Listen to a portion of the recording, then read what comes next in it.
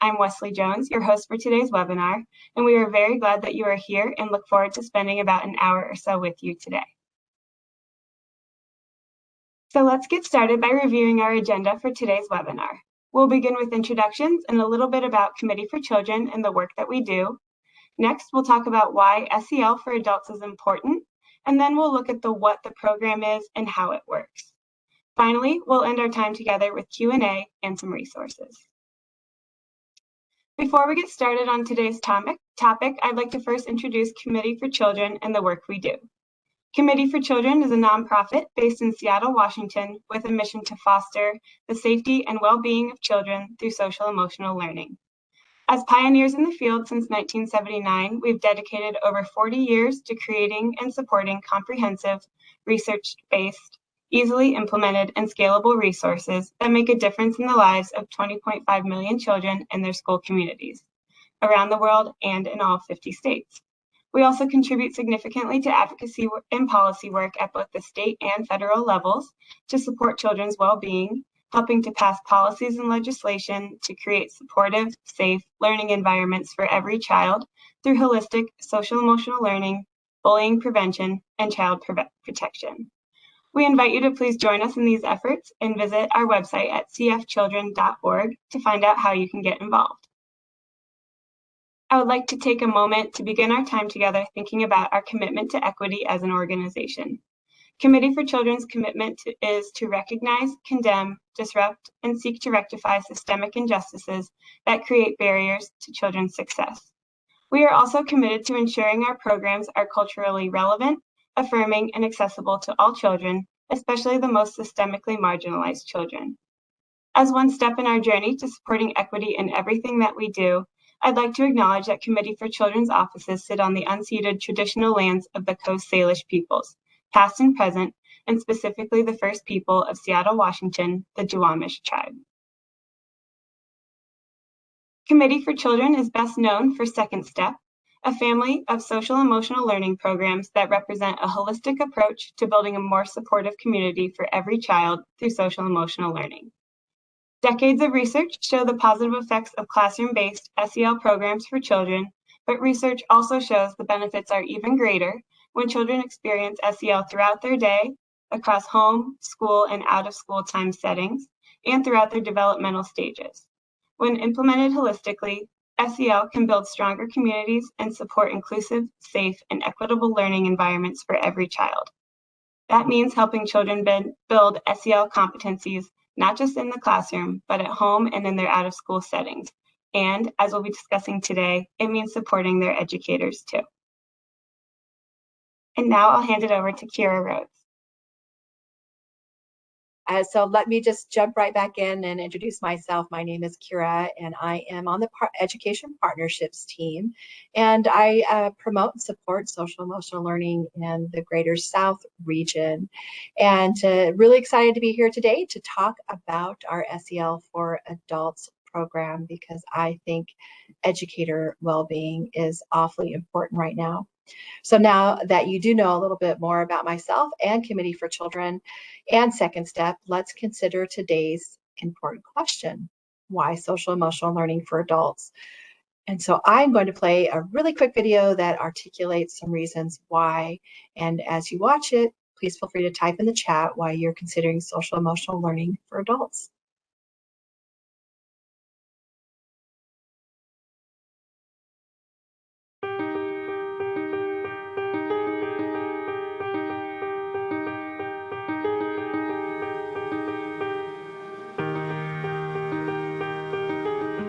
Teachers are always going to be stressed because they want to be the best. Teachers have to do everything. Teachers have to work extra hours. Teachers have to plan, prep, grade. Teaching has always been a stressful job, but right now it's off the charts. You want to know what predicts classroom quality, at least according to research? Teachers' social and emotional well-being. Better than their preparation or their experience. As a school, if you don't have a strong social and emotional foundation, you'll find lots of cracks. It's the key and the foundation for everything else. If you want a healthy, positive school culture, invest in teachers' well-being. When teachers' emotional and social needs are met, they establish a really positive learning environment for their students.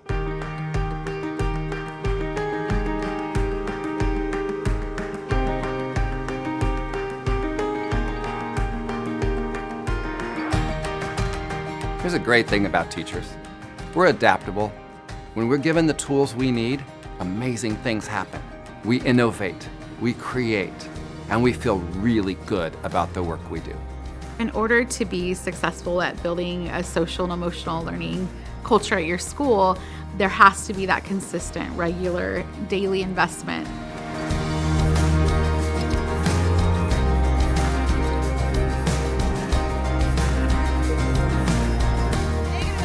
For students to thrive, teachers have to thrive. Teachers want to work in an organization that's supportive and growth producing. My staff is my #1 priority. I have to make sure they feel successful, and the only reason my school can be great is because I have the teachers that make it great. To be the best school, we have to be intentional. We need to invest in relational trust. We need to help teachers manage their stress. And we need to have teachers know how to work together. When somebody walks into my school, they need to feel this is the best place they've ever entered. They need to feel welcome, love, and connection. If we take care of the grown-ups, they will take care of the students.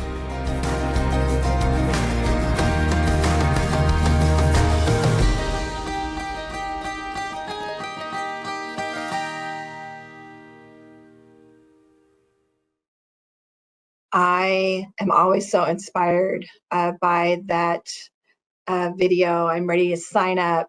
I mean, who doesn't want to work in an environment that's full of love and connection? So why do you think SEL for adults is important? Wesley, did we have any insights shared? Yeah, we had a few great comments. One being we need to invest in teachers' SEL to support any student SEL initiative. Yes. And one of the big takeaways for me when teachers' social and emotional learning needs are met, it establishes a positive learning environment. And I think that's really important, what our ultimate goal is for many of us on our campuses. Any other insights shareable? Yeah, another great one was that teachers' social and emotional well-being increases the classroom quality. Agreed. Well, that is some good feedback. I appreciate everyone sharing. So let's talk a little bit about why Second Step SEL for adults. It's evident across the board that our teachers, counselors, and administrators need something to help address these areas, and we have created a resource to do just that. So let's go ahead and dive in. So what is SEL for adults? It's an ongoing professional learning program designed to help K-12 staff and leaders improve their well-being, strengthen their social emotional skills, and create positive and supportive learning environments. And what's really great about this program is that it's a standalone program, which means that it works on its own or alongside any student SEL program, whether it's our Second Step student SEL program or another SEL program. So this is not a training program for any specific student SEL program.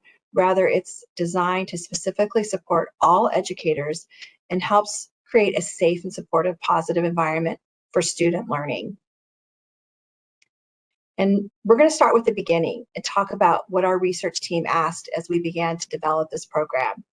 What are the areas in social emotional learning that will really move the needle for adults according to the research? These were the areas that emerged: relationships, emotions and stress, equity and belonging, and resilience and efficacy. We're going to unpack each of these areas a bit so you can understand their importance according to the research. So relationships, we know they're important. Teachers' relationships with colleagues promote a supportive working environment and have a positive effect on teacher well-being and instructional quality.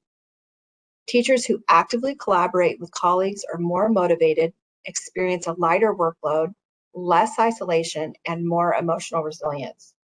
And of course, there's decades of research that show how important positive teacher-student relationships are to support positive academic, social, and emotional outcomes, as well as student achievement and behavior. And emotions and stress. Teaching is stressful and affects educators' well-being. Most of us already know this, but it's been documented. Teaching is one of the most stressful professions, and it constantly ranks among the highest stress professions, second only to nursing. Some effects of teacher stress can be burnout. 46% of educators report significant stress and burnout. Attrition. More than 41% of educators leave the profession within 5 years. And student learning. When educators are stressed, it can negatively affect student achievement. And next, equity and belonging. There are a couple key points I want to bring forward from research about equity. One is that teachers who actively tackle equity issues show more proactive classroom management practices and improve student classroom cooperation and give fewer office discipline referrals, particularly for students of color. The other is that although the vast majority of teachers aspire to be equitable, only a small percentage feel they have the knowledge, skills, and resources to make this aspiration a reality. And finally, resilience and efficacy. First, there's resilience and self-efficacy. Teachers with strong self-efficacy report lower job-related stress and higher levels of job satisfaction. And then there's collective teacher resilience and efficacy. This is where it all comes together.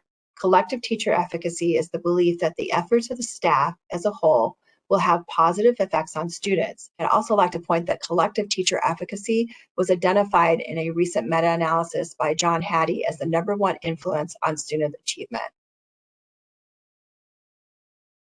And when our team started diving into best practices of adult learning, it became apparent that most professional learning offerings tend to be single dose, like webinars or seminars led by third-party experts, and they don't build on what is known about how adults actually learn. We know adults learn best when they're self-directed, when learning builds on pre-existing knowledge, and when it's relevant and personally significant, and when the theoretical knowledge is grounded in actual events, when it's integrated into their workday and rooted in day-to-day teaching practice. And for educators, we know leadership involvement is critical. Support from building leadership is correlated with teacher satisfaction, commitment, and teacher effectiveness. In addition, and perhaps most importantly, through the development of this program, we partnered with educators from all over. This included experts in not only social and emotional learning, but also in professional learning for educators. Next, because we know how important leadership is for the success of not only educator professional learning, but also for a school or district-wide SEL initiative, we worked closely with district and site leaders throughout the development process. And finally, we field tested the program and got feedback from more than 400 educators across the country in elementary, middle, and high schools. And partnering with these groups, we could truly make a program that not only makes real change in social and emotional competencies of educators, but one that we hope works towards shifting the entire climate of a school and of a district. And so I know that was a lot to unpack, so let's talk about the program now and how it works. We're going to start with how the content is organized. In this program, we created semester-long modules. Here you see that we consider the foundational modules covered in the first 2 years of learning. The module in year 1 are building trust, that's first semester, and managing stress in semester 2. In year 2, we have equity and belonging and resilience and efficacy. After the first 2 years of foundational learning, additional modules would be added that deepen the learning in each of these areas. Some examples of the content planned include areas as repairing relationships, compassion fatigue, and trauma-informed and restorative practices. And before we go into the specifics about the actual content that is in each of the foundational modules, I do want to describe the structure of the program for content. The way it's constructed is through semester-long modules, as I mentioned. Each module kicks off with a whole staff meeting. Within each module, there are 4 units, and within each unit, there are 4 to 8 micro-learnings. Each of those micro-learnings take approximately 10 minutes. And finally, the unit ends with a 30-minute small group meeting. And each unit takes approximately 1 month. Each module is equal to approximately 7 to 8 hours of professional learning time. So 2 modules per year, approximately 16 hours, or 2 days of professional development. The thing that is unique about the model or this particular model of professional learning is that the time is spread out in small incremental chunks of learning, which is really the best practice.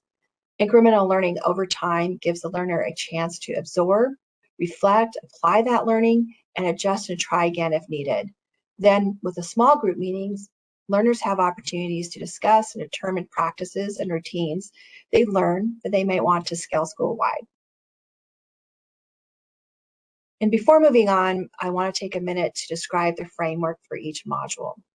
Again, every module has 4 units. In Unit 1, the learning begins by focusing on the individual. Unit 2, the learning builds outward to colleagues. And then in Unit 3, it extends to the students. And that final unit, that's where the strategies and routines learned in the previous units are applied and practiced school-wide in real time in a cycle of professional learning. So keep this structure in mind as we move forward, and we'll revisit this as I show you examples from the modules and the units here soon. And then before diving into what those units of content look like, I want to briefly talk about how leaders are supported in the program. As we mentioned, leadership support is critical for successful implementation, and the program is designed for school leaders and leadership teams to learn right along with their staff with a leader track that is designed to help leaders be effective. So first, we start with the Principal Quick Start. This short guide identifies the very first steps a site leader needs to take before inviting their staff to the program. Next, we have the Leader Team Introduction module. In this module, leaders will build a shared vision, review the fundamentals of the program, plan their rollout, and prepare for the kickoff with a customizable whole staff kickoff presentation.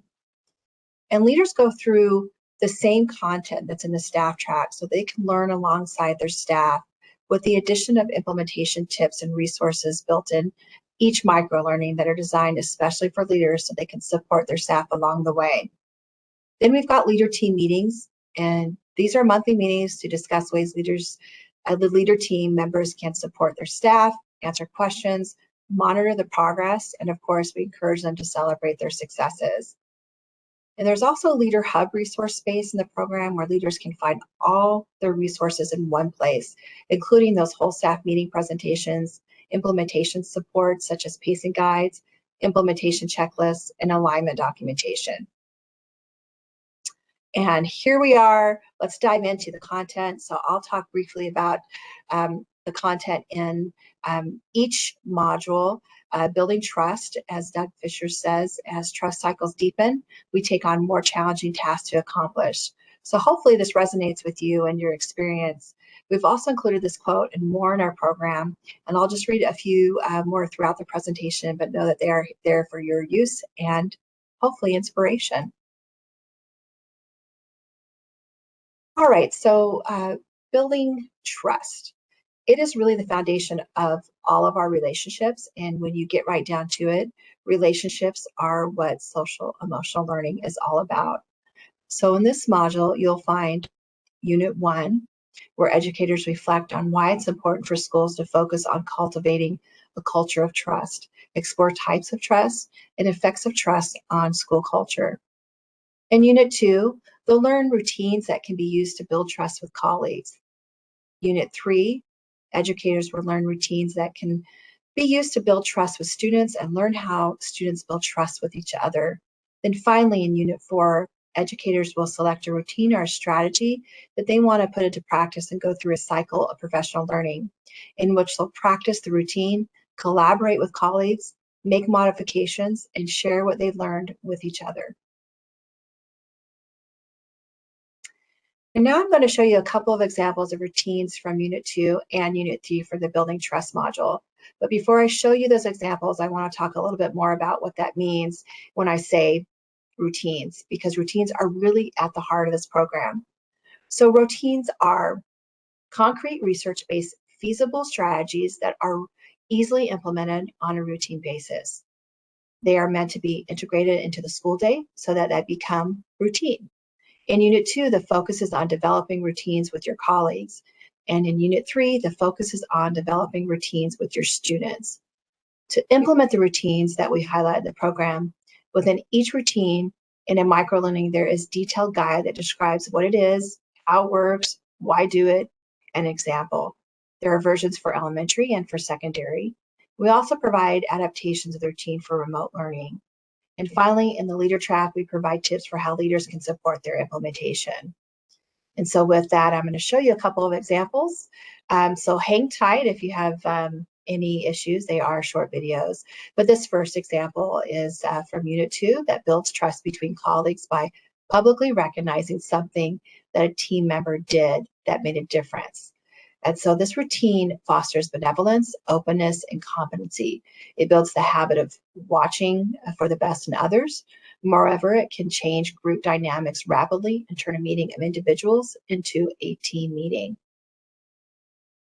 For those of you who know Nick Regas, he's had 3 different positions at our school and has really found his niche in room 202 as he's getting his credential in teaching and his master's. So Nick, thank you so much for everything you do for us and the students. You matter. Go team! Each year we have a theme. Our theme last year was You Are Beautiful, and this year we wanted to translate it a little bit deeper to say You Matter.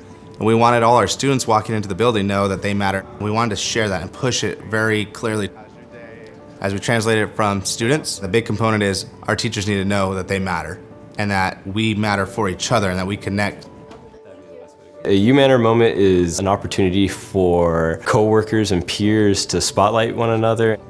We're dealing with a lot of things. We're dealing with teenagers trying to learn and dealing with their emotions and dramas, and we're dealing with our own as just being adults in this world, and it's neat to have an opportunity to acknowledge one another and tell one another that you matter to me, and I'm here to work with you and learn and grow with you. The person that I want to give the shirt to today is someone that I've been able to count on for the past year. He's someone I can go to if I need support in the classroom, any advice on lessons, if I need music recommendations or book suggestions or where to find the ripest fruit or just a joke. And this is a sentiment I know that's shared with colleagues and students because his classroom is always full of people that want to learn from him and learn with him. So Brian Dale, you matter.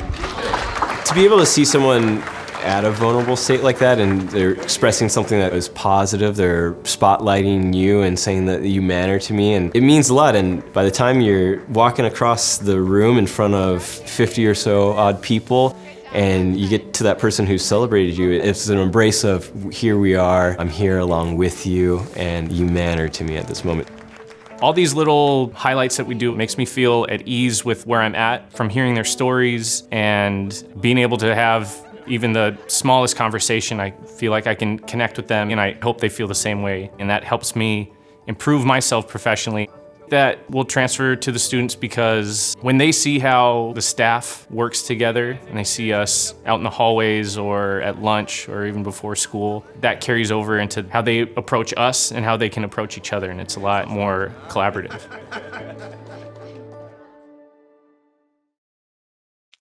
I love that. You can see what an intentional practice that is. And we're going to move forward with another example from a routine in Unit 3 that builds trust between the educator and the student called banking time. This particular version I'm going to show you is for elementary. And banking time is an evidence-based routine developed by Dr. Robert Pianta from the University of Virginia School of Education as a way to build supportive relationships with students who need those relationships the most. It has been strongly linked to reducing challenging student behavior and increasing teachers feeling that they know their students better and are teaching more effectively. In this video too, I will also show you the hybrid or the remote recommendations. You don't have to talk to me about stuff if you don't want to, but I'm here for you if you need me. Uh-oh, this is gonna fall over. Banking time is something that's fairly new to me. The idea is that I'm spending time to build relationships with my students, to let them know I am an adult that you can trust and I see you and I'm here for you. You're not doing anything related to math or reading or writing. It's all based on play. What I hear Baz saying is that it feels really good to have a friend that stands up for him and that is there for him. Oh my gosh. I know that's something that Baz was really worried about. Baz, what do you think? Good. Yeah? Oh my gosh. Oh my gosh. I have actually never had a friend like that before. How does that make you feel when he says that? Actually, that makes me feel great. The whole idea is just spending time with them to get them to open up and let them know that you see them and that you're there for them. It's fun. You get to hang out with the teacher and get a better relationship with her. We usually talk about how we feel and what's going on in her family. She likes banking time with me because I am new to the school, and she wants to get a better relationship with me because she already has a good relationship with everyone else in the class. If teachers show that they care, it makes it more important for kids to want to care too. If the teacher's trying to engage them, the teacher's building a relationship for them, there's that twofold nature where, okay, my teacher's going all out for me, I want to go out for my teacher. If there is that trust and that relationship, if we ask the kids to go here, they're going to try to get there. The strategy is intended for students who are struggling, who may be having a hard time building trusting relationships with adults. It just takes away all that pressure and lets us just be human together. It made me feel nice. She wants to know more about me and how my day is going, how I'm feeling, anything happening at home. Usually I'm sad and just lie there on my desk. So when baking time happens, we can talk. It's like finally I can get stuff off my chest. When I'm banking time with students, I learn all kinds of things about them, about their home lives, about the worries they have. It allows me to see what they're dealing with on a daily basis. Is there something going on that can help explain some of the behaviors that I'm seeing in class? And what can I do to help support them and let them know that I'm here? It's me and my teacher spending time together. It's kind of like a little break for me and her. Today I actually did it with a friend who is also banking time with her, but we did all three, and that was actually really fun.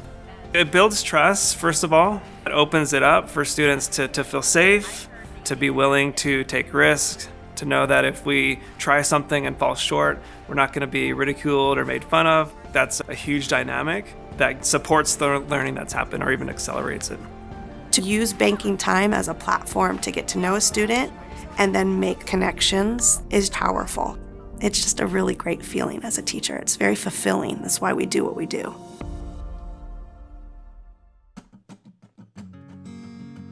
By having the screen, you take that human element out of the interaction that you're trying to foster.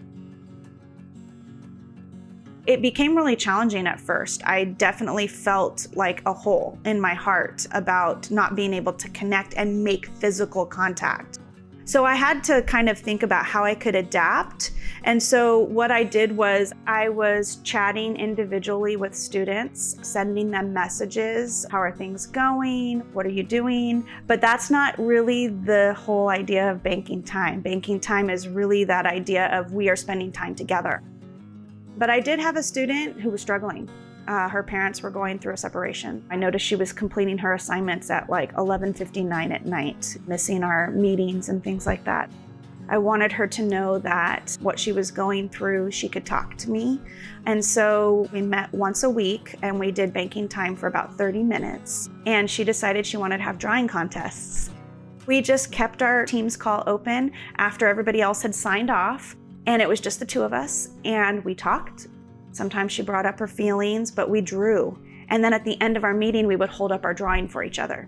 And so even though we weren't physically together, we were still doing something together. And so that was very powerful, and I'm really thankful that I found a way around banking time and in using that strategy and using it to help a student who was going through a hard time, because that's really what in my eyes, that's what it's for. I love it. So moving forward, let's talk about Module 2, Managing Stress. I'm going to start with a quote from Elena Aguilar. In the majority of schools, what's needed isn't more professional development on deconstructing standards or academic discourse or using data to drive instruction. What's needed is time, space, and attention to managing stress and cultivating resilience. And with that, before we review the details of this module, I'm going to share another video to introduce you to this managing stress content and share with you why it is so important to address educator stress. 2.2 minus 1.2. Is there a group that'd like to start us off? What is the value of this decimal as a fraction? Teaching is a highly stressful profession. People come into this profession because they want to serve, but that also can be a challenge because there's always this internal pressure. Am I doing enough to support my students? Am I doing enough to support my colleagues? Everybody is watching you. Your students are watching you, your families are emailing you, administration is walking through your rooms. So everything you're doing, someone has a lens on it, and that causes stress. When there are lower levels of stress, we're able to make better judgments. We're able to take action in ways that are productive, that are humane and growth producing. I invite you this morning to close your eyes. When there are negative emotions that are present in a room, it tends to spread very quickly. The same thing is true whenever there are positive emotions. They spread as well. We want to be able to capitalize on that positive emotional contagion, not only to elevate our own practices, but also to elevate the practices of our entire school organization. As a new teacher, you guys have been an amazing and welcoming staff, coming into my classroom and making me feel like I'm doing so many things right, when sometimes I'll have days where I think I'm doing everything wrong. So I really appreciate that, making me feel like just because I'm a younger teacher that I actually do know some things. I actually do know what I'm doing sometimes. So I really appreciate that. Thank you. I think of the teachers I get to work with every day. If I want them to be their best and I want them to showcase how amazing they are, the less stress in their life, the more excitement they have, the more willingness to just dive into new material they have, and you can just feel it. Teachers come in with a smile, they come in excited. The outcome is they have great lessons and they're ready to go. This morning, we are going to focus on some calming strategies. So I have a question. As teachers, we're responsible for the well-being of our students, their academic lives as well as their emotional lives. And so introducing just a couple of simple routines can change the dynamic in the classroom. Routines like a moment of gratitude, toodles not tattles, a positive moment. When we thank somebody, what does it do? It makes us happy. Every time I get a toodle, it's like a happy feeling inside.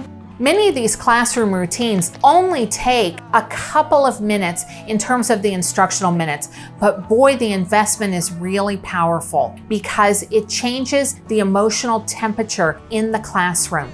It prepares students for the learning that's ahead. It's such a wise investment to have simple routines that don't take much time, but help you to capitalize on the time that you do have because you accelerate their learning. When our students are in an environment that reduces their stress, they come in feeling better about who they are. They want to learn. They want to be excited with their teachers. When we're able to be there for our students and when we're able to be there for one another, it increases the likelihood that we're going to be really effective in what it is that we do. I am calm. I can learn. I am ready. I love it. And so let's dive right into managing stress. You will find in Unit 1, this helps educators understand how stress might be affecting them personally and provide some concrete strategies to promote well-being and mitigate that stress. In Unit 2, educators explore how both positive and negative emotions can spread in groups. They also learn routines that can help promote the spread of positive emotions among staff at their school. In Unit 3, they'll examine how their emotions might be affecting their students. They'll also learn routines that can help them and their students manage stress and emotions. In that final unit, with their small groups, they'll select a routine or strategy that they want to put into practice and go through a cycle of professional learning again.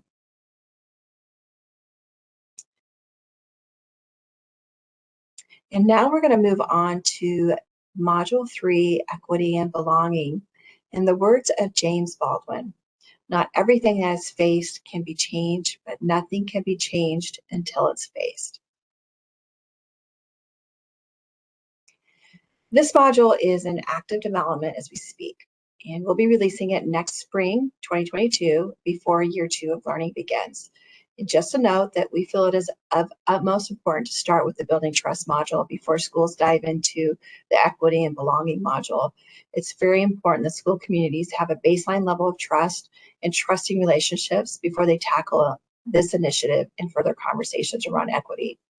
So briefly, in Unit 1, educators will be guided through the process of self-reflection, where they explore the role of social identity and systemic biases in their own lives and the lives of their students. In Unit 2, they'll work together to create a common vision of equity for their school. In Unit 3, educators will be guided through implementing practices in their classrooms that will create an inclusive and safe environment for every student. And in Unit 4, just like the Unit 4 and the other modules, educators will select a practice or routine that they want to implement and go through that cycle of professional learning with their peers. And finally, developing resilience and efficacy. This is really the module where educators work on creating change together, something bigger and greater than they could create on their own. As Peter DeWitt said, the path you take to empowering school teams can be just as important as the destination. Module 4, Developing Efficacy, supports teacher, individual, and collective efficacy. Efficacy may or may not be a word you hear every day, but it's incredibly important in the research about adult social-emotional learning. In Unit 1, educators will focus on their own self-efficacy.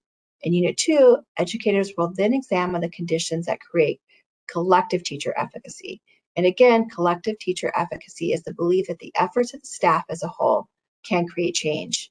In Unit 3, educators will identify a routine that they want to work on together to improve student learning. And that final unit, they'll put it in practice through a cycle of professional learning. And this module is also currently in active development in collaboration with several schools we're working with. And so I'm going to show you one final video to leave you with some parting words as why building a shared vision that includes your adult social emotional well-being is so important with this last video here. And then we'll have some time for questions and answers. Demetrius, a bunch of people came up to me and said, "You are so lucky to have a person like that on your staff," and I don't think I tell you that enough, so I appreciate you and we all appreciate you. Social emotional learning for adults is something that is bypassed because we hear social emotional learning and we automatically think that's only affecting our students. But we have teachers that are dealing with the same kind of issues, and all of a sudden they start to go down a rabbit hole and say, maybe this isn't my profession. So social emotional learning for adults is something that has to be checked in with daily. We have to see how our adults are doing, and what we can do as leaders is say, I'm here for you.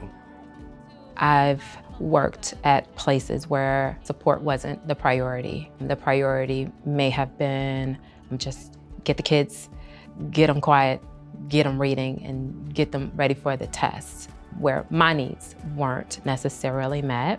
And here, that idea that you are valued, you are important, it's everything. Teaching is demanding on many fronts. There are all kinds of things coming at a teacher. Kids need to learn. Parents have questions. We have meetings to go to. We have limited time. Teaching is demanding because it matters so much. Lives, literally, are in our hands. The social emotional learning of adults has always been important. You can't fill the cup of another if yours is empty. COVID-19 magnified this. It amplified the need to pay attention to the well-being of adults. Because if we take care of the adults, they can take care of the students. Well-being is an important part of being a strong, effective educator. If I'm my best self, if I feel supported, and if I feel valued, then I'm able to transfer that to my students. Because I know that I'm appreciated here, I'm able to tell each of my students daily how much I appreciate them. When you visit schools that are intentional with their efforts related to social emotional learning, you see practices that become routines, they become habits. For example, you'll see emotional check-ins. You'll see these warm welcomes with students. You'll see teachers investing, banking time with individual students. You'll see follow-up, you'll see restorative practices. It's part of the daily interactions that adults have with their students. We have to make sure that anybody that works on our campus knows that we care about them. And that creates that culture, that climate, that breeds that feeling of when you walk through that door, no matter who you are a person here that matters. One of the pillars here is the best school in the universe, and I really see that. And it's not just a saying. The staff really live that, and they believe it, and they share it with their students every single day and get them excited about it. The schools that make a difference, the schools that grow up young people who take on powerful roles in society, are schools that have a shared vision, and not just a shared vision of academics, but a shared vision of what they want to accomplish that includes the social and emotional development of their students. Schools very much like your own are doing it, and so can you. Well, Wesley, I always want to sign up for the program, even though I have the opportunity to do it. When we watch those really inspiring videos, I think it's a testament to the work our educators do and why this is so important. And so we do have some time for questions and answers, and I'm going to pass the baton to Wesley to see if we can answer any of those that you may have, or have some conversation about the work that you're doing supporting social emotional learning at your schools. Yes, we actually have 2 great questions so far. As a reminder, you can continue to post them in the chat and question boxes. To start, we have a question about the time dedicated to each of the modules and how that's presented. So if we could maybe touch on the staff meeting portions at the beginning of the modules and expectations for staff. Well, I think it'd be really helpful if we actually just go back to that slide, because the visual breakdown is really helpful for me too.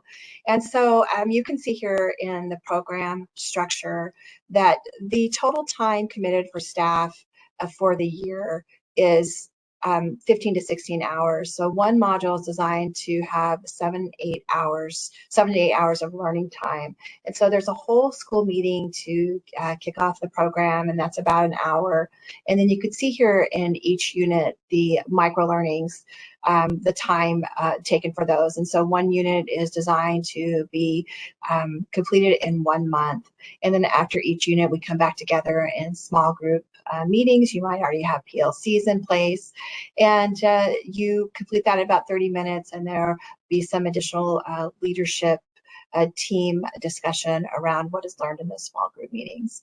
And so I hope that was able to answer the question. Wesley, anything to add to that? Yeah, one last thing to add to that. I know the question had more about the staff meeting. We do have presentations for those staff meetings to introduce each module. So you'll be able to use those resources as you're introducing your staff to what the learnings will be. Yes, great. Thank you for that, because everything that you need to deliver the program, support the program, really is within the program itself. And so this is not exactly a program that you're going to receive training on, similar to maybe a second step implementation for K through 8.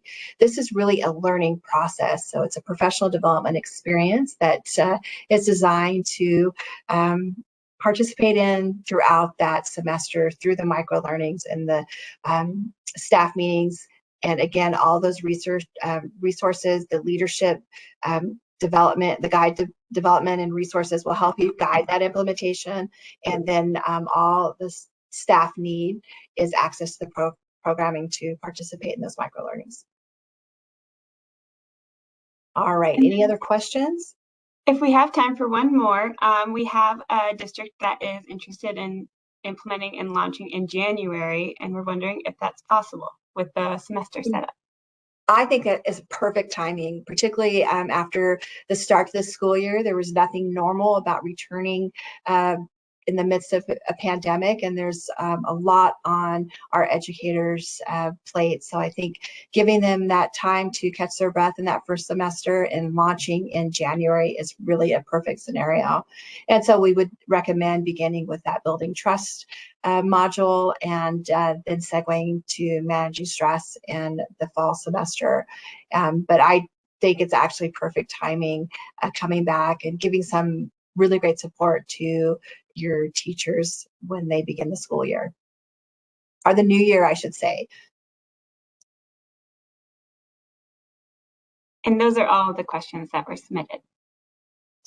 Well, let me ask you, Wesley, what is your favorite thing about the program? I think that it is just so great to really focus on the way adults learn, how you can have that time at first to individually reflect on the content and see where you stand, then introduce your colleagues and their opinions and their backgrounds, and then your students, and try it all out. I love the way that it's set up. I do too. I really love that inside out learning model. And for all the reasons the research indicates, but I think it makes a lot of sense when you're in it. And I have to say, as a parent of 3 teenage boys going through this experience, there were a lot of takeaways that I was able to implement in our home life, and I felt like it really made an impact in the relationships I had with my own kiddos. So if that's not a plug, I don't know what that is. It's double duty. Let's make some changes on our campuses, but make some changes in your home life. I think that's a good thing. So with that, if we don't have any other questions, I appreciate you sharing, Wesley. I will just pass that baton over to you, and you can talk about all the amazing resources that are available for our educators. Great, thank you. So as our time together comes to an end, I'd like to leave you with some resources.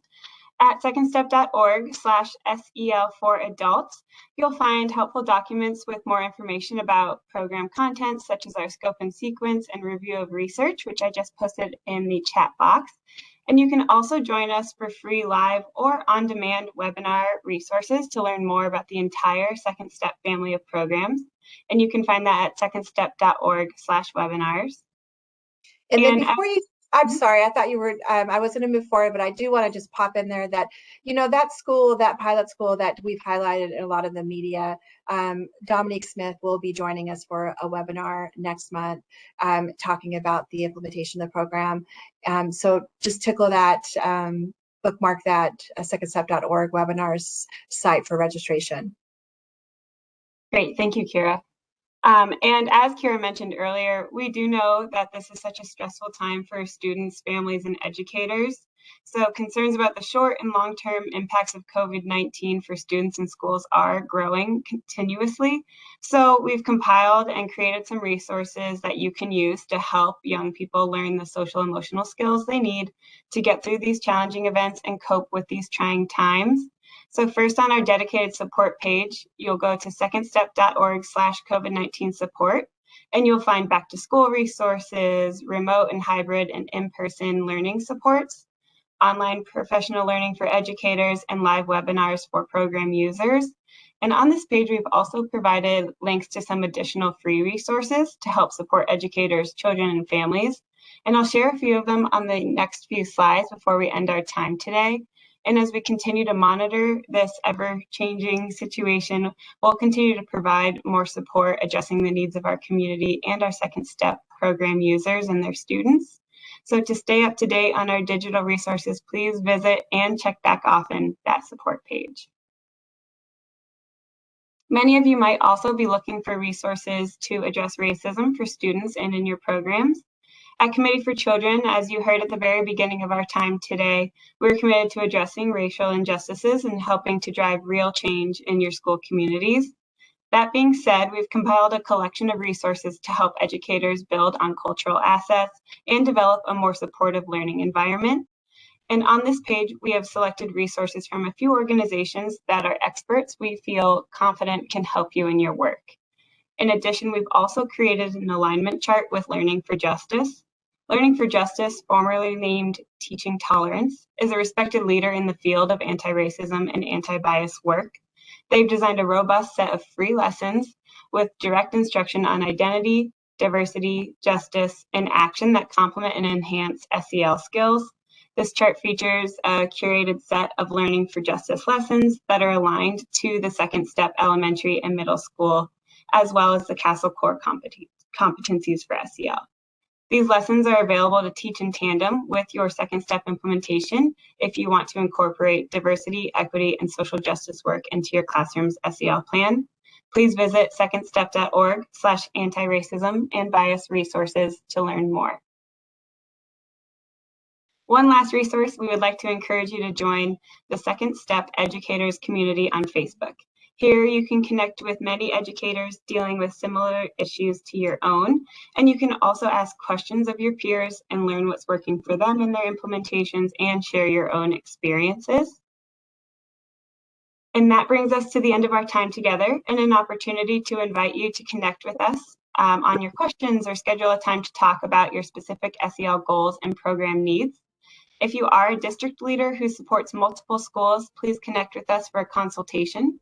And someone like Kira or myself on our education partnerships team will connect with you, and you can get there at www.secondstep.org/district consultation. If you are a school-based leader or educator, please get in touch with our highly knowledgeable support team at the email and phone numbers listed on this slide here to help with whatever questions you may have. So thank you again so much for joining us for this presentation. I hope you got some useful information and are thinking ahead to making a school year that includes the foundational work of social emotional learning for adults. Thank you, everyone. Thank you, everyone, for joining us. Have a wonderful holiday season.